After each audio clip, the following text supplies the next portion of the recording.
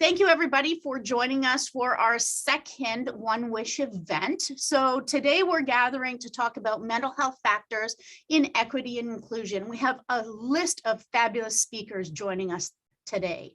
And I'm just going to hand it right over to you, Anne, and also let everybody know that we are on YouTube Live and LinkedIn Live. So please let other people in your network on social know so that you can join us. Take it away, Anne.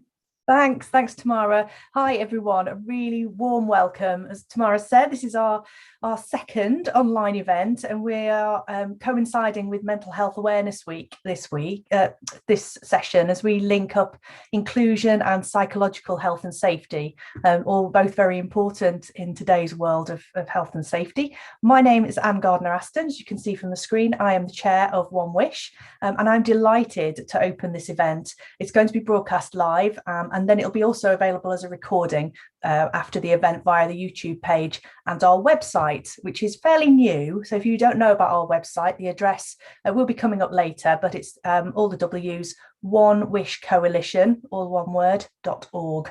So if you want to go and have a browse around that, you'd be most welcome. And you can catch up on this session, this recording, if you missed any of the sessions today. As Tamara said, we've got attendees from all around the world. So good morning, good afternoon, good evening to wherever you are dialing in from. Let us know in the chat box, and then we can see what our reach is today. It's very exciting. OneWISH, of course, was created to bring women in safety networks from around the globe, make it a truly global coalition. So it's great to have people from representing countries all around the planet. It's fantastic. So we're excited to bring you a fantastic range of speakers today and panelists.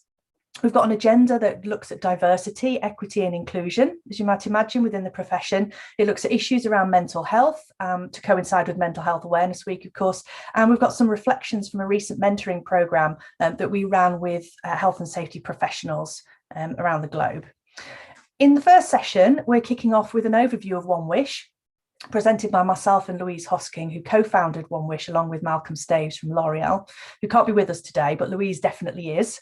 And we'll be talking about what we've achieved in our first year, what we're going to go on to do in the months to come, which is really exciting.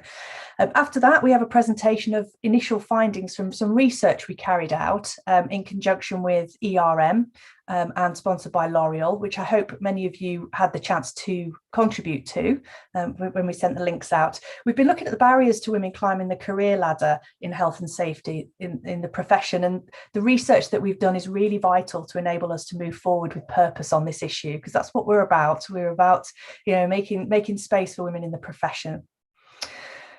Following this, we have a current IOSH president, Jimmy Quinn, I'm sure some of you know, hosting a panel of military veterans, and they will be discussing inclusion and how we can encourage underrepresented groups in the health and safety profession to join us from the military as a second career.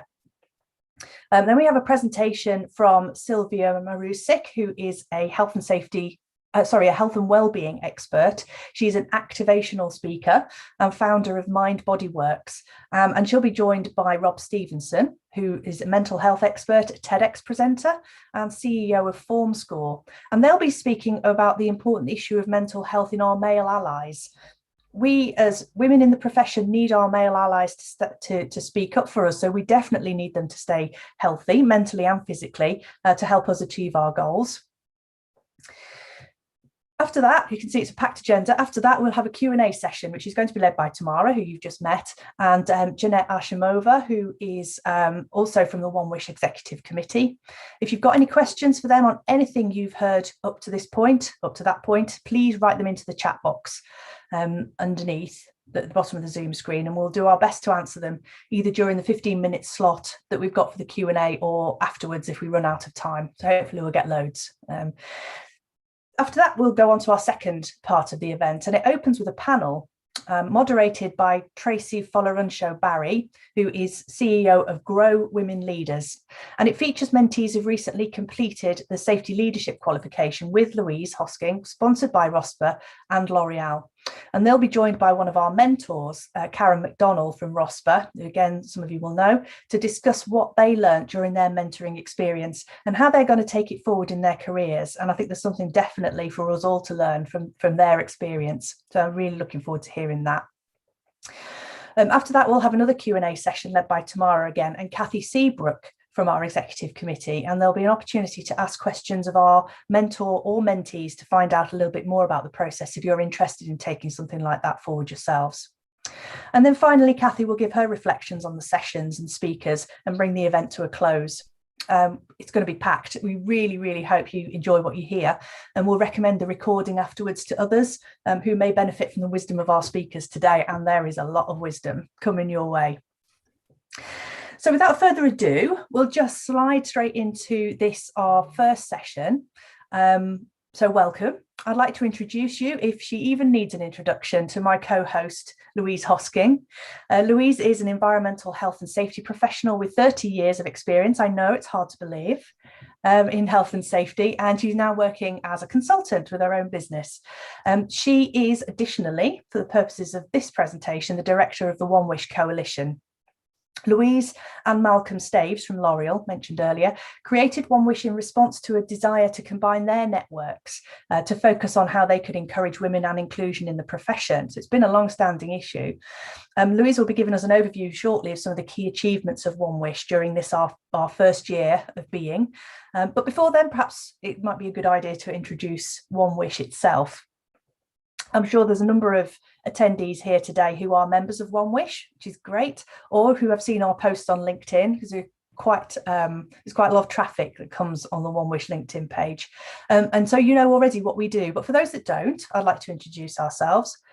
OneWISH stands for Women in Inclusion in Safety and Health, and you can see from our banners, whichever side it is, that we are a global coalition bringing together the many women in safety networks that there are around the world. So OneWISH was actually formed in December 2020, and it came out of a conversation that I had with Malcolm Staves, who's the Global VP of Health and Safety for L'Oreal, and we were discussing what we could create for International Women's Day in 2021. We knew that there were some really great health and safety networks within countries, regions and organisations already doing amazing work to raise women up in the profession. Individually, we could see the great work that they were doing, and some are much further along in that journey than others. So we had this completely crazy plan that we were going to bring these networks together to share stories, challenges, initiatives, ideas to become greater than the sum of our parts. And we really had a vision to encourage cross-border research, mentoring, speaking opportunities for underrepresented voices, amplifying those that don't normally get the chance to present at conference or live events, but all of whom have fantastic stories to tell. And so OneWISH was born. Our vision is to create better, safer, healthier workplaces shaped by an inclusive and diverse safety and health profession with equal opportunities for all. And our mission is to unite women in safety and health networks with the collective wisdom, strength, and influence to create a fairer, healthier, safer world of work. And hopefully you can see up on the screen evidence that we created an executive committee on the back of all of this, all sort of pulled together, fairly short order, because it's better to strike while the iron's hot. So we created the committee of prominent health and safety professionals from different countries. So Louise and myself from the UK. We've got Melissa Mark Joyce, who straddles the UK, the Caribbean and the USA in various forms. Melissa started a new job this week, so she can't be with us for the whole session, but if she is tuned in somewhere listening, hi Melissa, hope it's going well. Malcolm is in Paris with L'Oreal. I said before, you couldn't join us today. He's got some family issues to sort out. Kathy Seabrook's company, Global Solutions Inc., is a management consultancy with global reach. Tamara Paris, who you met earlier, is the Director of Communications for Saferpedia, which is a leading podcast and webinar provider in Canada. And we were joined later on by Jeanette Arshimova, who owns New HSE Consultancy in Poland. Jeanette works extensively across Eastern Europe and is also a digital communications expert, which is great, something we all really needed. Please look us up on LinkedIn. Please connect with us on LinkedIn. It would be absolutely fantastic to hear from you. So between us all and with our members, we began to pull together women in safety networked contacts. to talk to one another. We had our first meeting of 16 networks at the beginning of January 2021, and between them they represented groups or organisations in Australia, Sri Lanka, India, West Africa, Western Europe, the UK, USA and Canada. It really did happen, one conversation at a time. There was definitely a ripple effect, and it was just like a hummingbird. We realise that the women in health and safety leadership or positions of influence are actually quite rare.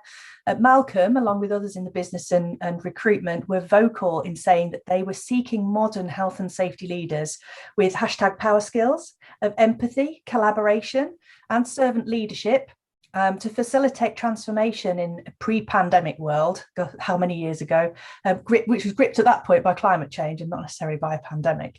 But the profession has been lacking diversity of thought. That's what we all felt. And that comes from gender balance and smarter EDI. We really strongly believe that with diversity comes better decisions. And of course, with better decisions in health and safety, we literally save more lives. So we've now grown our representation. It's been fantastic. And our ambitions have grown too. And we've introduced a number of initiatives, which Louise is going to discuss now. Thanks, Anne, for that introduction. So I'm hugely proud of what we've been achieving as global networks of members and global corporations who are active members. So back in March, we were all on a massive high from a fantastic session, which we hosted on International Women's Day. And our thanks again go out to HSE Global Series for hosting this. We had members represented as speakers from Australia, Sri Lanka and India across all of the time zones to USA and Canada.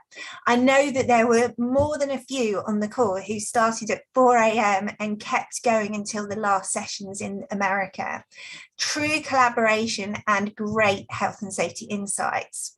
So what have we been doing since then? So as an executive committee, we meet monthly and representatives from our members are invited to a quarterly call to discuss their insights together. We were delighted to welcome Jeanette to the executive committee in the summer. Jeanette will be working alongside us to move away from English speaking bias and allow us to collaborate with networks in Eastern Europe. In September, Melissa and Jeanette presented at Russia Safety Week in English and in Russian. Jeanette is a great asset to the team and has also created our first newsletter, which will enable us to communicate out to members more. Also in the summer, we embarked on our first piece of advocacy work. The UK government undertook a research project into women's health in the UK. As well as encouraging men and women to complete the survey, OneWISH submitted a 10-page response to questions. This showed the power of our coalition. Along with Heather Beach, who heads up Women in Health and Safety in the UK, we hosted 3 Zoom calls with members from the coalition, which meant we could pull on views from the corporations and our members. The coalition reach meant we could take an international view in the response to the questions. We're awaiting the results from this work. The global corporations we have on board have extensive teams of health and safety professionals, and many are also involved in the Capitals Coalition project, looking at how to bring health and safety into the human capital and sustainability debate. This is being led by Kathy Seabrook and Malcolm Staves, with a number of our members also represented. Capitals Coalition members are equally passionate about furthering the EDI agenda, and this collaboration means OneWISH has a seat at the table. Back in March, Kerrin James from ERM gave a powerful keynote speech on global percentages of women in health and safety leadership positions. Their data showed that in the largest corporations, only 15% of health and safety leaders were women, compared to 29% in similar levels within the same large organisations. Her message was a stark reminder that we are potentially looking at health and safety through a narrow lens, especially in industries such as mining and offshore, where there are much fewer women. OneWISH wanted to do more research, and we came together with ERM thanks to a donation from L'Oreal to do so. You will be hearing about the initial findings exclusively here today following my opening. Also, thanks to sponsorship from L'Oreal, we have been able to fund 3 courses for women in health and safety who then enter the ROSPA mentoring programme. We will hear more about this too later on. Having myself taken the initial leadership training with these women, the work which has been undertaken has truly inspired us all. Tamara went on to record podcasts with them, and the feedback from all of this has been truly phenomenal. This was at the heart of our aim to create visibility, mentorship, and personal support for women and underrepresented groups. In their session today, Karen from ROSPA will talk some more about this. Going forward, we will be hosting another event in March to celebrate International Women's Day 2022. We are now creating work streams with member representatives to create some clear objectives for the coalition. This includes a strategic working group and a group to discuss how we can support men so they feel included too. Of course, I'm stepping into a new role as president of IOSH in a couple of weeks. One of my key aims is around inclusion and women in health and safety. Along with other coalition members, we are active on LinkedIn and in the press to encourage all voices to be heard. At the start of the autumn, OneWISH became a company limited by guarantee. This means any profits stay within the OneWISH coalition to further our aims and objectives. We have a new website along our LinkedIn page, which we are starting to build so we can communicate out. We're asking members to contribute their images, and thank you to Multiplex for some great shots which are on here already. There will be a space on here to link to our members so the great work being undertaken can be seen. If you're interested in becoming a member, you will be a health and safety network or a membership body, or you may be a global corporation with an internal health and safety team. Please do reach out to any one of us today if this is you, and look at the website for more information. We will direct individuals or national organisations to the appropriate member group. So as we do all of this, we're examining how we resource our collaborative work. We're shaping our governance structure during 2022 as we develop into a professional, outward-looking organisation, actively engage with our members. To do this, we will need support either financially or in voluntary time, so we will be reaching out over the coming year in this regard. We value the time members can offer to help with things like the newsletter, website, or LinkedIn. We're currently in the process of hiring someone part-time with experience working with successful charities, so we can continue this fantastic work and create greater coordination and collaboration around the world. Our executive committee is and has worked incredibly hard on a volunteer basis to achieve all of the things you see here today, and especially tomorrow. By working together, we can reach more people, influence those people, and save more lives. In this ever-changing world, we all have less volunteer time to give, but many hands really do make light work. So if you're a member of an organisation within the coalition and prepared to be a worker bee, please do let us know. So our next quarterly meeting will be coming up with our members in January, and we will be sharing more news with you then. So without further ado, that completes our opening. So hopefully you know a little bit more about us. And I am delighted to hand over to Carol and Philippa from ERM, who are going to present the initial findings from the research project, which we've pulled together really, really quickly. So I'll allow them to introduce themselves. But we're very much, as a coalition, dedicated to furthering research work. And I, for one, am very excited to hear about these initial findings. So Carol and Philippa, I can see Carol's there. If you want to turn on your screen, Carol, hopefully you're there. Hi, Carol. So Hello. it's over to you. Super, thank you. We are a bit early, so I don't know Philippa as another appointment, so she probably is going to wrap up. But I'm gonna share my screen. and the final version of the study that Fantastic. oops, there we go. Do you see my screen? Not yet. Philippa's just come into so just bear with us a moment while we sort this. Yeah, we can see the screen, Carol. I think Philippa's there as well. Screen? Yep. So go ahead, over to yourself and Philippa.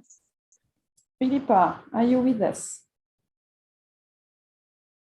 Philippa? Yes, great. Hello. Can you hear me well? Yes, we can, Philippa. Sure. Welcome. And I'm going to hand over the platform to you now. We're all really excited to hear about this. Okay, great, great. We are also very excited. Carol, are you sharing your screen, or maybe you want me? Yeah, I'm sharing my screen. I don't know if you see. Okay, I can see it now. Yes. Okay, super. Great. Super. So let me introduce you, Philippa. So Philippa is a partner with ERM. She loved all the health and safety. She has more than 10 years experience in health and safety. And she's very interested in deep dive into mental health and psychological safety.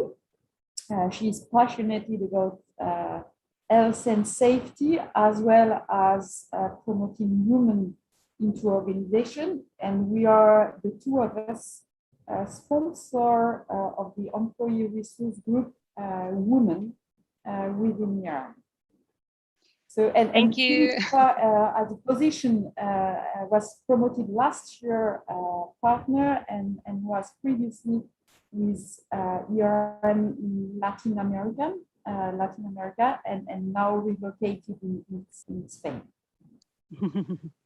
Thank you so much, Carol.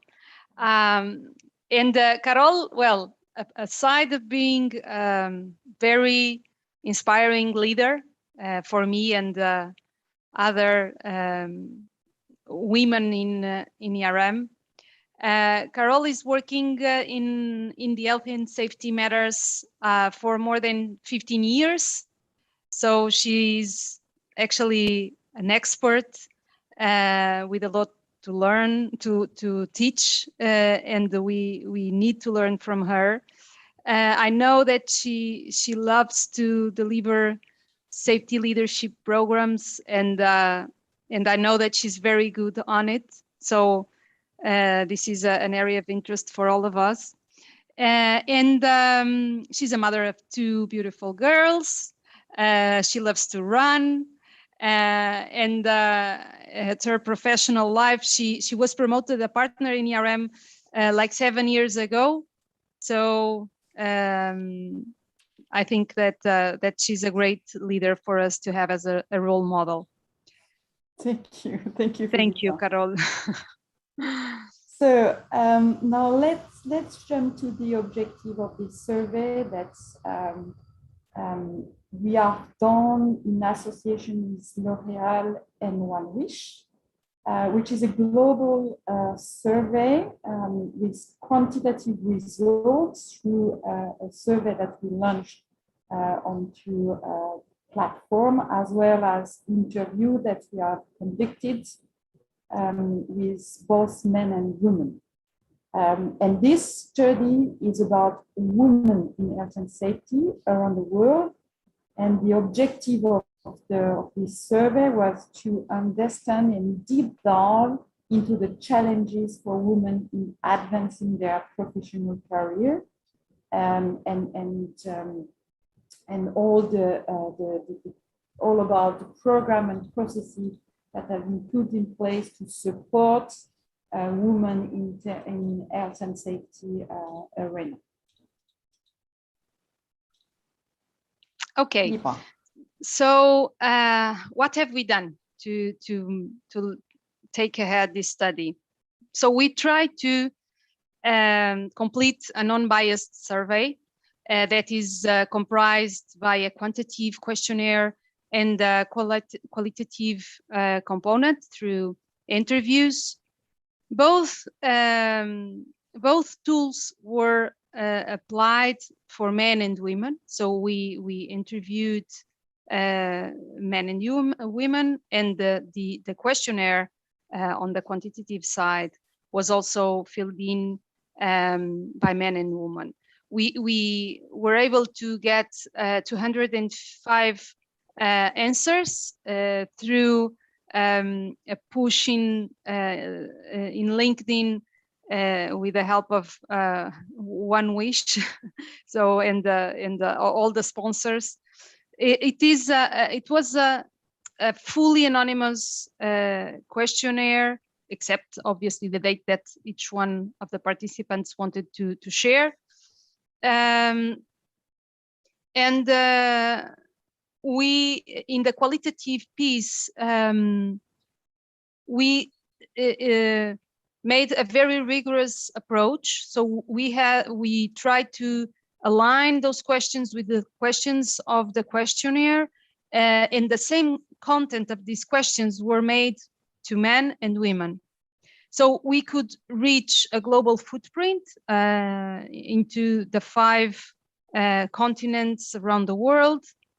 And as you can see, we received participation from the different sectors in industry, manufacturing, power, commerce, educational services. So a lot of different sectors that participated, and all the levels in the organizations participated in this survey. So we had approximately 45% of managers or senior managers. If we add the directors, mostly of the respondents were senior leaders in their organization. So that also says a lot about the quality of the responses and the level of involvement that these people had in their organizations. So if we go through the conclusions, the first one is related to equity. Equity, and let's say that we understand that equality should not be confused with equity. And the way we understood this is that we asked the participants if the working conditions that they are given in their workplaces are adapted to gender needs and circumstances. 30% responded as the highest ranking.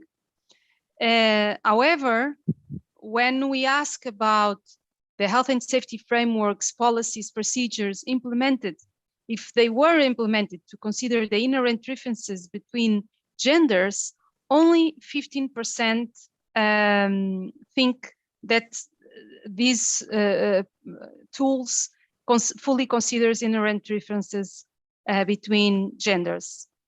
But the most interesting topic here is to see that, and you can see that in the bottom left chart, when you see the distribution of respondents between not at all, doesn't consider, or it considers at the greatest extent, we see that 70% of women answered that not at all to moderate, there is a consideration. But in the opposite, 70% of men answered from moderate to great.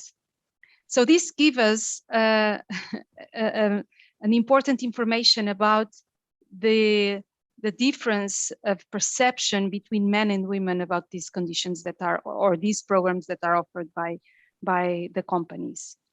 And the reasons why we identified to get these answers is related to, first of all, PPEs that are still made considering the male body. The protocols associated to women are centered around mostly mothers, but not women in global, in general. And also because there is still a lack of flexibility for women's schedule and health. And the schedule here meaning the personal lives, the well-being of working, considering, for instance, health issues, fluctuations, menopause, or other biological schedules specific for women. So this is our first topic. The second one is related to the programs. And in this slide, what we are trying to show is that we asked the participants if the companies where they work, if they offer activities or programs targeted to develop women needs to become a leader, or if they had these programs, for how long these companies had these programs. So 25% respond that their companies have no programs focused on the needs of women leaders. 51% reported that they have activities or programs, some in a very robust way. And the vast majority of the companies have these programs for more than 3 years. Okay, so we could understand that there is an important effort from the companies to develop these programs. However, when we ask about the effectiveness of these programs to promote women to leadership position, 60% mention that those programs do not deliver the performance to promote women to leadership positions. To thinking about specifically women in the health and safety leadership positions, this number increases to 75%. Okay. Okay, so next one. Carol? Yeah, so next one is about the organizational support. Could you hear me well? More or less. More or We less. hear a little bit of noise, I think. I'm not sure if it's only me. Could you hear me better or it's not super? It's okay. It's okay. Go ahead, Carol. Thank you. So, so health and safety is lagging behind in terms of organizational supports. So the question we ask through the survey as well as the interview is that is the organizational climate support the development of women leaders? We looked at women leaders in general, and 37% report that the organizational climate fully support the development of women leaders. And then we deep dive into women leaders in health and safety. And then we decrease to 23% that report that the organizational climate fully support the development of women leaders in health and safety position. And when we discuss about the 37%, that's more men that report that the organizational climate supports the development of women leaders. So 37% is mainly represented by men, when women report that 21% support the development of women leaders. And then that's equal 24 to 23% for women leaders in health and safety.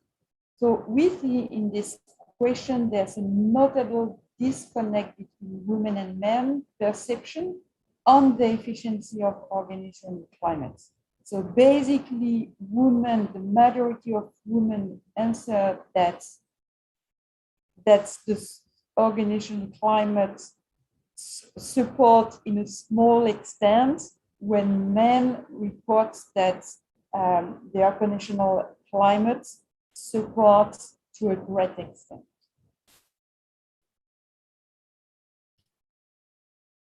Then we move to the barrier that remain to support women into the organization. So based on the interview, women made gains in representation, but barriers still remain. The main highlight is that women report lack of opportunity as a main barrier to women in health and safety. We see that there's a gender credibility gap considered by women, and what women see as gender credibility gap, men see as unwillingness to be relocated. So the top three are mostly the same: lack of opportunity reported by women, and a different perception between men and women. Women see gender credibility gap when men see unwillingness to be relocated. So, what is the risk of lack of diversity and inclusion into the safety, health and safety function? We see, and we have we connected most of the studies that are available, and one of the studies reported is why diversity is a new safety imperative, and we see that a diverse safety function is more likely to understand the issue faced by a diverse workforce and be more effective in preventing illnesses, injuries, and fatalities. The data are that women represent 40% of the global workforce. So the key highlight is that protective equipment and work equipment are not appropriate to 40% of the global workforce, women. The risk assessment processes are not adapted to the specific risk faced by women. And there's a lack of neurodiverse worker skills to solve safety challenges. So basically, people, most of them during the interview, raise the high risk of not having a diverse and inclusive health and safety function, and more women into the health and safety function will help preventing illnesses, injuries, and fatalities. And now, what about the opportunities? Women, again, looking at several studies that are made available. Mental health is a growing issue pre-COVID that has been referred by the ERM Global Health and Safety Survey disclosed in November 2020. And so 90% said mental health is a growing concern. That was also mentioned that leaders are not well equipped to manage this growing concern. But women leaders are taking more action to support their teams, from helping women employees manage their workload to checking in regularly on their overall well-being. And when managers support employee well-being and companies prioritize D&I, employees are happier, less burned out and less likely to consider leaving their jobs. So there's a huge opportunity here with the style of women, the type of leadership of women to properly or to manage in an appropriate manner mental health in the type of leadership and skills. So I see that as an opportunity, and as that has been reported through the interview we have made.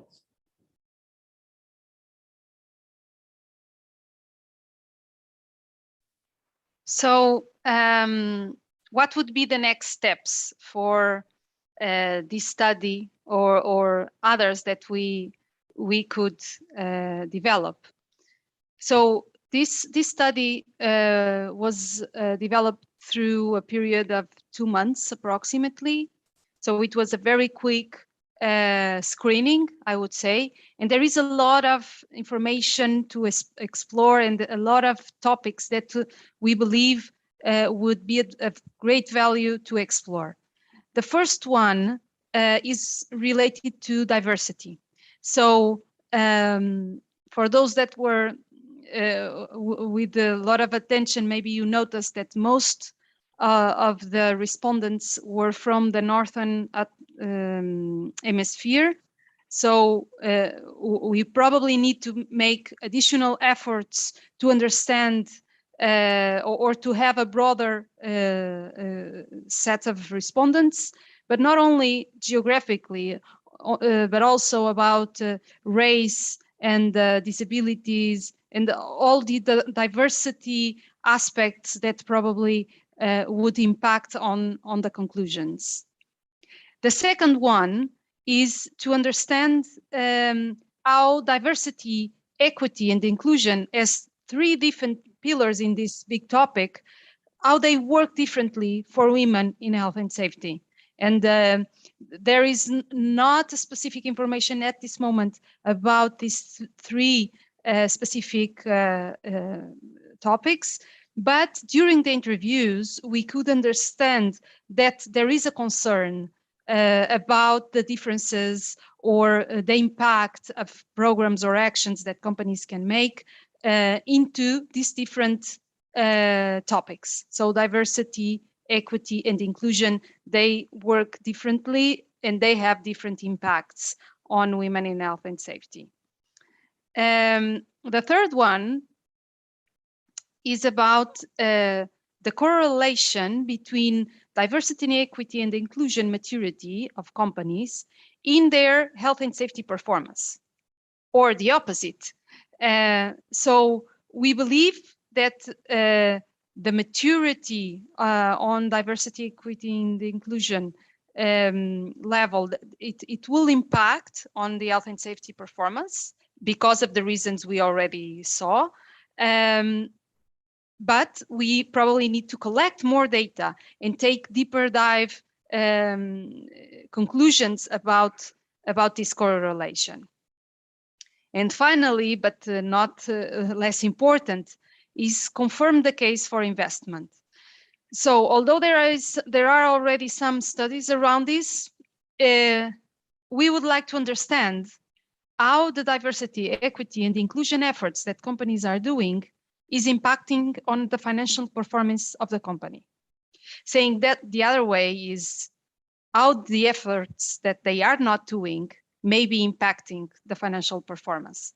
So what the companies do or not do in this area definitely will have a long-term impact regarding the results of the financial performance, and that could be the case for more or less investment in this area in this moment. So these are the 4 main areas that we think it's worth to explore, because as someone said in the interviews, we don't fully understand how safety influences and impacts on diversity and inclusion. So these are the 4 big topics that we would like to further develop and understand. So this is what we had to deliver, and probably we are opening now for comments and questions from everyone.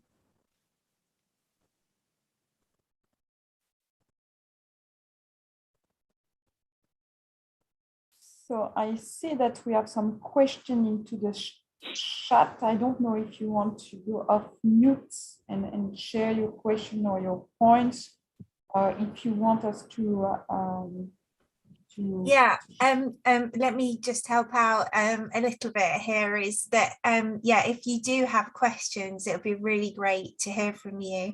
I just want to say to Carol and Philippa, massive thank you for this work, because it's been pulled together really quickly. And Ben, great to see you in the audience. I know that there's still work that is going to be done, and we're going to present further findings at our event in March. But Kathy, Executive Committee Kathy, you have your hand up. Would you like to come off mute? I do, Louise. Thank you so much. So Carol and Philippa, this is awesome. We have evidence-based data. Now, obviously, you've outlined where we're going next. I guess my question for you all is, will you possibly consider the correlation in your number 3, talking about DEI, maturity, and its correlation to health and safety performance? If there was a way to include into your data, also, how does that tie into the performance of the company? Which I think that would be a fairly easy data point to go. I mean, you can get all that information online. That would help health and safety professionals actually develop a better business case for DEI, health and safety within their organizations by really demonstrating that correlation to all of this ultimately impacts corporate performance. And it's a measure of true corporate performance. Any thoughts on that? Thank you so much, by the way. This was really awesome. Thank you, Kathy. Thank you for your question, and I will leave Carol also add some thoughts. My first thoughts is that's exactly one of the points we would like to further develop. And if you see that thing really is a connection between the number 3 and number 4 in the slide that we are seeing now. So we believe that the performance of the company, obviously, it has an entrance that is directly related with the health and safety performance. So while the diversity, equity, and inclusion affects the health and safety performance of the company, naturally will affect the performance of the company as a whole. So this is something that we don't have yet data to reach to this conclusion, but it's definitely something that we will look at it in a near future, if possible. Louise, I believe that Carol wanted to add something. No, sorry. There's some, as you mentioned, Kathy. Yes, a lot of study on that, and study on why diversity matters, and we find that there's a strong correlation between a company higher than average diversity and higher than average in terms of profit. Now we have to go deeper in higher than average diversity and higher than average in terms of health and safety. And that's something that I think would be of interest and will add value moving forward.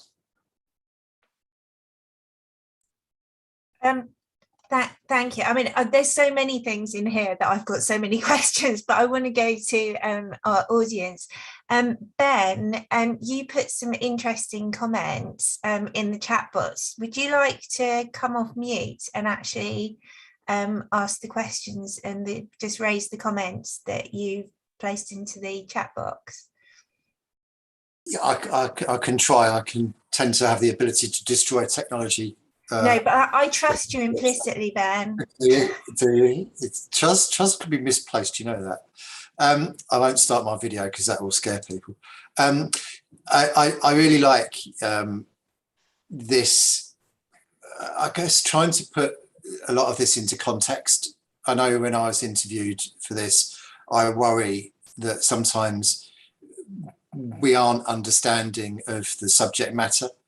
So, people talk about well-being, they talk about diversity, talk about inclusion, but do people really understand what we're talking about? So I think this is a really positive step forward. I'm trying to think, I guess, I wonder if there's a way, is there a connection that can be drawn to the location of companies geographically, or the scale of the company? So I've been fortunate to work in Scandinavian businesses in the Middle East, American businesses, and now Spanish businesses. And I would say their approach to these topics are quite different and tend to be linked to the maturity of the country, full stop. So I'd be interested to see as we go, is there any correlation between that kind of location of a business and those external pressures as opposed to what business do internally? And the second point is perhaps the scale of the business. So are they exposed to, if I take my business, Ferrovial, we're on IBEX in Spain, we have multiple investors. So we have external pressures that encourage us to take steps that perhaps organically wouldn't happen. And I wonder whether the responses that we see, are they from, do they differ from, try and word this properly, but do they differ from where a business sits? So is it a small, medium enterprise, private listed, or is it a public listed, where you've got multiple investors? Because these things create different pressures, I think. The other bit is perhaps the respondents. I'm always slightly careful with statistics and percentages and things like this because they can be torn apart quite easily. Are we happy with the gender profile? So I guess some of the statements made I probably wouldn't disagree with, but if I was being slightly devil's advocate, if you had like 4 men reply and 96 women, your percentages will be slightly out. So I'll be interested. I want to look at the data a bit better, and I appreciate it's been pulled around double quick time. So thank you so much for doing that. I know these things aren't easy. So I'm interested just in the gender profile volume to make sure that we are getting the right kind of responses that we want. And then I suppose the final point is the people that we interviewed, are they, again, perhaps going back to this business context, are they a major global corporate like I work for, or are they a SME where people are working for themselves? So I'm probably sure there's a slight differential between some of those things. So example, the PPE point about women, PPE for women, I'm sure outside in other businesses it's an issue, but I know Lawrence made the point that's quite normal for us to have PPE for women. We've been doing it for years, in all honesty. So it just comes back to this point about the drawing down the data to the point of, sorry if I'm waffling, I'm trying, are we connecting the right dots? So is there a difference between, and again, I say these perhaps more exposed businesses or perhaps more evolved businesses compared to ones that haven't had external pressures before? I'll shut up now. There's a lot of points. Yeah, no, I know it was, but I know Louise, I only get one shot at this, so I'll take my chance. Thanks, Benjamin, by your questions. I think they are very relevant. Let's start with the easy ones, probably, Carol. So regarding the gender representativeness, let's say this way. So the 205 participants of the questionnaire, they were 61% female and 36 male. There was no influence of who would be responding to this questionnaire. So it was free, it was online, it was pushed through LinkedIn. So it was free for everyone to respond. Regarding the interviews, yes, we had few men than women being interviewed. In total, we were able to interview 19 people. And it's true that we had a couple of men that didn't want to respond by different reasons. The time that we had was very few, so we didn't we couldn't actually make more efforts to have more representativeness. But anyway, the data, it is what it is.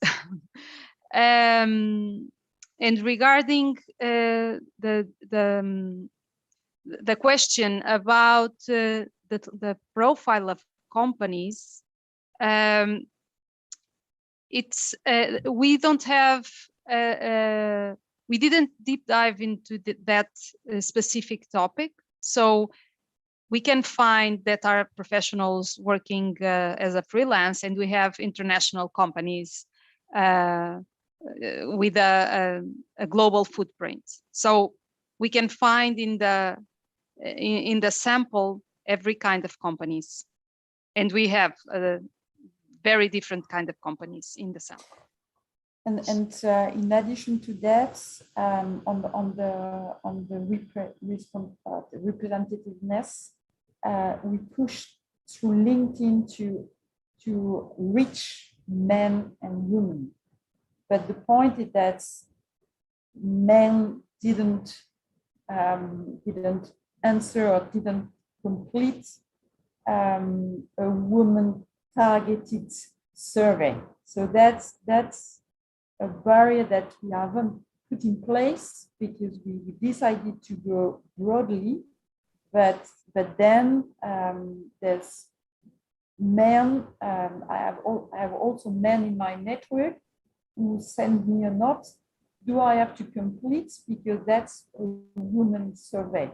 And I say no, it's not a woman survey. It's the survey on women in health and safety, in the health and safety function. So yes, we have to work on that. We also have to work on deep dive in some of the topics you mentioned, Benjamin. But yes, I think it's also an indication of how the woman in health and safety is not in health and safety function is not a woman topic.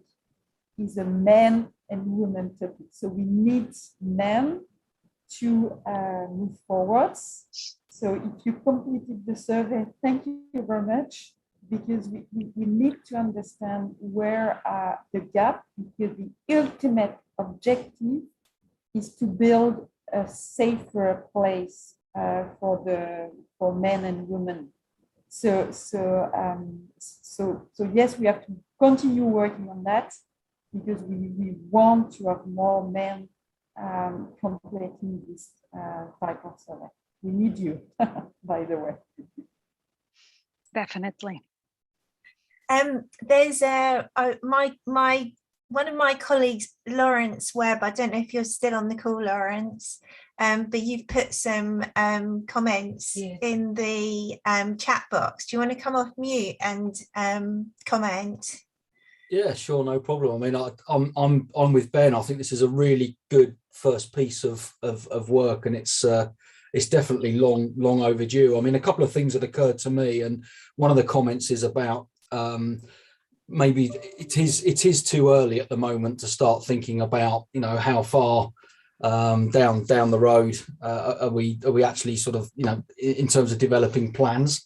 But I think it's quite interesting now to start considering what this data might mean in terms of how you plan getting that critical mass of support and the stakeholders together so that all this really good work becomes a reality. Because obviously what we don't want to find is it suddenly starts hitting unintentional and other barriers, because this has actually got to come to something and absolutely make a difference, and real data is always to be used. So I just wondered if there was a plan, even at this early stage when we're starting to understand what some of the underlying data means, and Ben made a couple of interesting points about sort of the cultural side and what have you, and all of those things will need to be taken into account. And I just wondered if there's been any thought, even though it's early days, in terms of how that critical mass is going to be drawn together.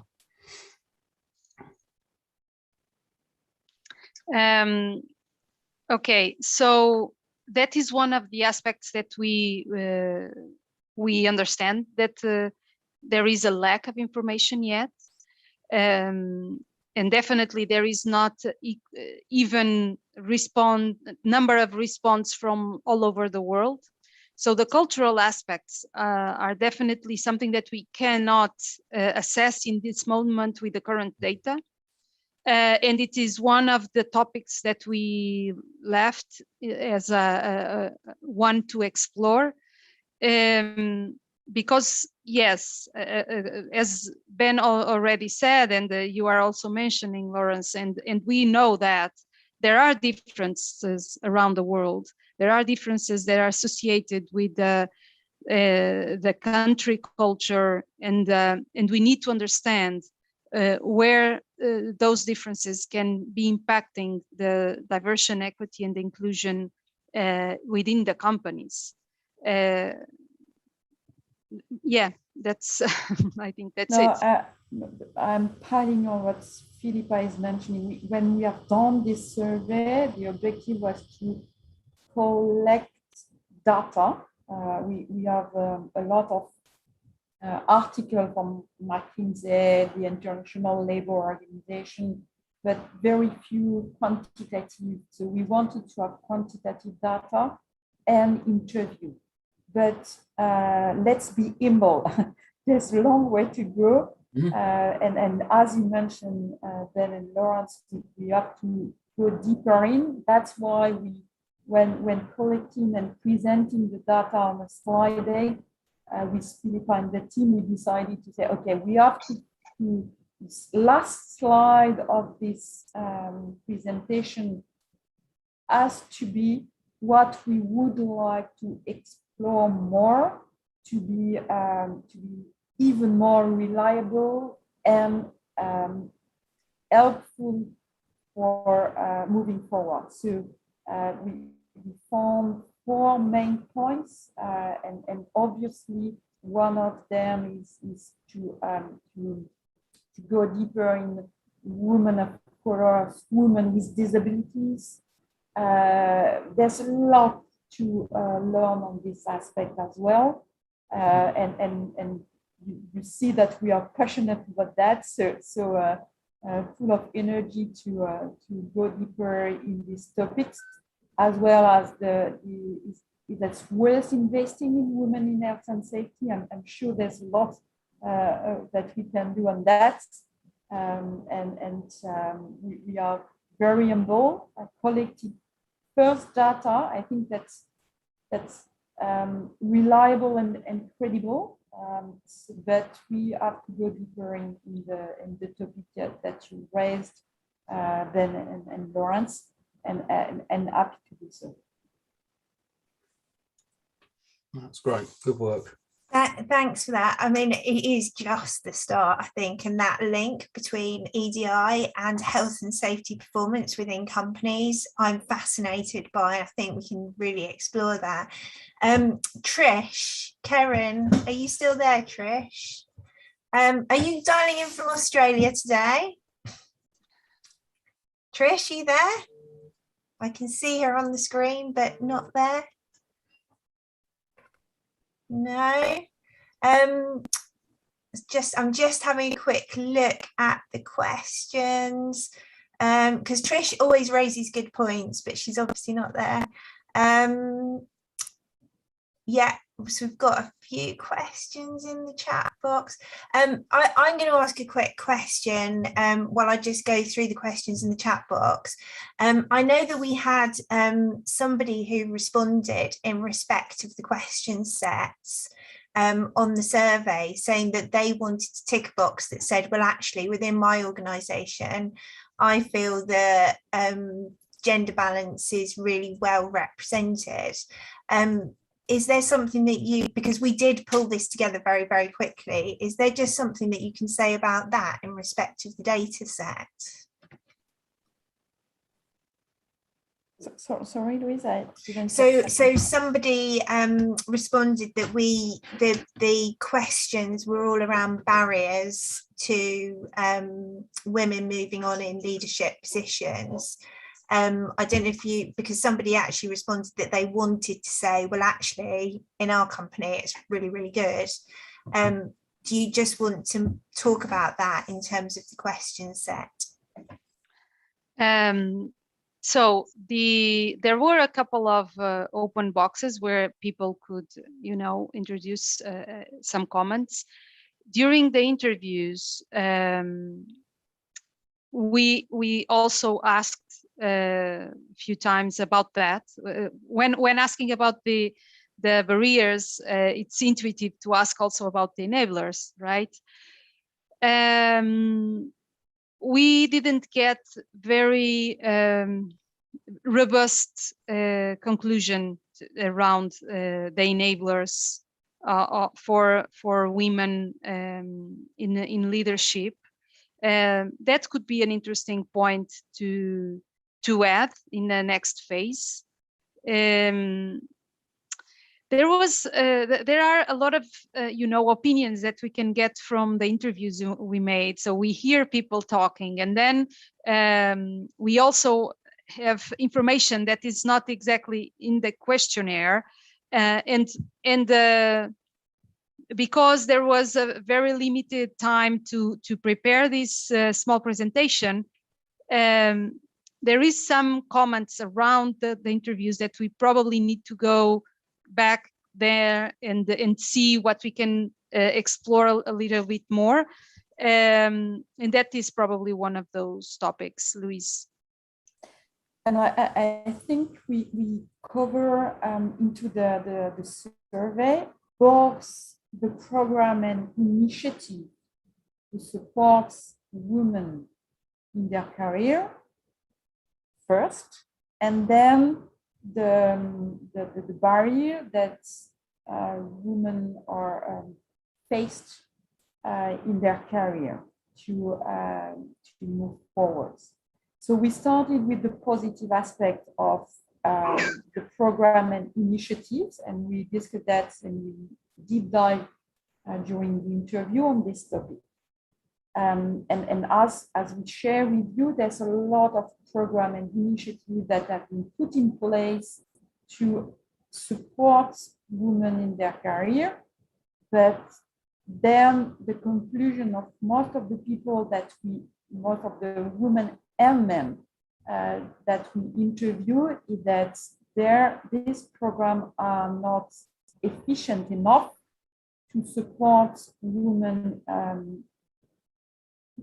in developing their career and accessing the senior leadership position. So that's the positive aspects that companies are implementing initiatives and programs. And then we come to the barrier and the top 3 barriers that we share with you, which are basically lack of opportunities, work-life balance, gender credibility gap, and unwillingness to be relocated, and difference between of perception between women and men. So more deep dive in these topics, and we have to reconcile the perception of both men and women in this aspect. That's brilliant. And actually there's, I think what I'm getting from this is that we definitely need men and women to complete True. this data set Completely. for the March pull out. And I've been working with you guys on this research, and I know how hard ERM has worked to get to this point so that we could just share some of the findings. I'm just going through the question because there was a question. So Kalila, hope I've pronounced that correctly, has asked about consideration of gender expression and gender fluidity and how this might come into play in the data.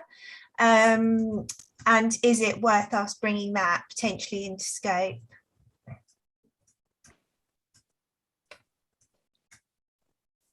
So this is around men who represent as women and vice versa. So it's to represent our trans community. Yeah. So we didn't really focus on women in general. That's why I presented the objective and how we cover this aspect. So we didn't specifically consider gender expression and fluidity. Probably something that we have to do in the future as well. Yeah. However, the question was made, but no, we have no specific data or conclusions around that. No, well, thank you so much. I mean, there was loads of fascinating stuff in there for me. I think if we are we able to share your slides on our LinkedIn page, hopefully if we can get those from you so we can actually share those.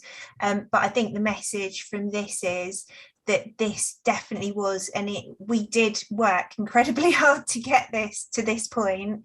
And thank you so much to ERM, and it was sponsored by L'Oreal as well. And I know how much work that you've put in to get to this point with that data set. But yes, we need more people to respond to the survey. And if there is anybody on this call from an organisational issue, and thanks for that shout out from you, Lawrence, we basically need more data, I think is what we're saying. Exactly. But thank you. First step of a long journey then. Exactly. Exactly. Absolutely. But thank you so much. Thank you, Louise and OneWISH and L'Oreal for the invitation. We are very happy to do this job and keep working on it. So thank you so much. No, and thank you too. It's been great working with you guys. So we're going, so Tamara tells me we're just going to make a break in the live stream just for a little while before we introduce our next guest.